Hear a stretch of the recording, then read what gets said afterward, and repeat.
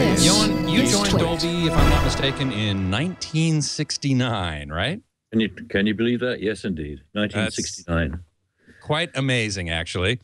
And you've seen, obviously, in that time, the movie industry go through some serious changes. What, in your opinion, are the most important of those changes that you've seen?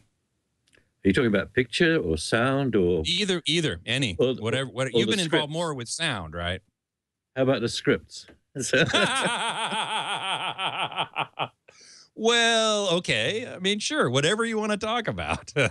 Let's say back in 1969, almost every movie was only available in mono in most theaters, and very restricted bandwidth, which went from about 150 hertz to 3 kilohertz. So it's little better than a phone line, and that's what people were used to. And if you think about it, what we've got to today is an all-encompassing, fully immersive experience with an excellent bandwidth and pretty stable, good quality acoustics. So things have got a lot better, and it's been a long, steady path of progression, a series of steps, each one elevating the quality, getting closer to the point where both in terms of picture and sound, you almost feel that you could reach out and touch the actors, something that was not possible back in the early 70s, late 60s.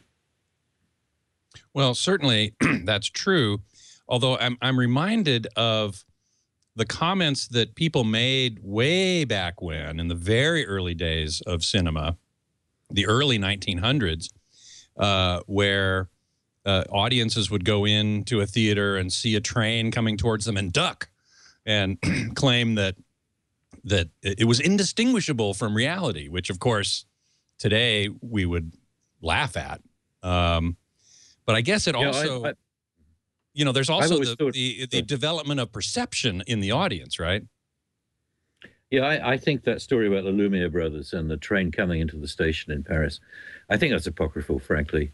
Oh, really? Okay. Yeah, but there is no doubt that we're getting closer to reality, and each step, people don't realize how good the next step could be. And in audio terms, I've seen adverts for wind-up gramophones from the 1920s, which said, "At last, the sound of reality." And let's not kid ourselves. A wind-up gramophone with a 78 RPM record and a single loudspeaker and a horn that was kind of like a toilet roll is not going to sound like reality. But the copywriters felt they could claim it was. Now, I think you might think that in terms of audio media, let's not get into movies and cinema for a second, but in terms of the improvement on audio media over the last 10, 15, 20 years, things are getting asymptotic to being closer to reality. There were huge jumps back in the 50s and 60s. We went to stereo, we went to the 33 RPM record. All those things were magnificent, major jumps forward.